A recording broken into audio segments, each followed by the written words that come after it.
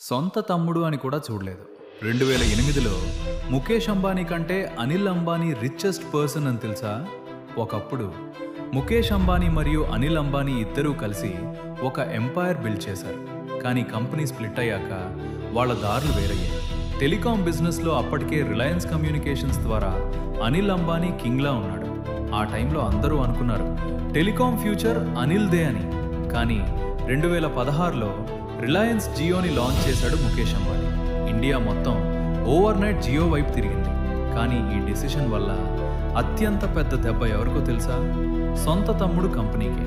Customers వెళ్ళిపోయారు, losses పెరిగాయి, debts కంట్రోల్లో లేకుండా పోయాయి. స్లోగా రిలయన్స్ కమ్యూనికేషన్స్ దాదాపు మాయమైపోయింది. అప్పుడు చాలామంది ఒకటే ప్రశ్న అడిగారు, సొంత తమ్ముడు అని కూడా చూడకుండా ముఖేష్ అంబానీ ఇలా ఎలా చేశాడు? బిజినెస్ వరల్డ్లో రిలేషన్షిప్స్ కంటే కాంపిటీషన్ పవర్ఫుల్ అంటారు. కానీ ఈ స్టోరీ చూస్తే సక్సెస్ కోసం తీసుకునే కొన్ని డిసిషన్స్ ఎంత పెయిన్ఫుల్గా ఉంటాయో అర్థమవుతుంది.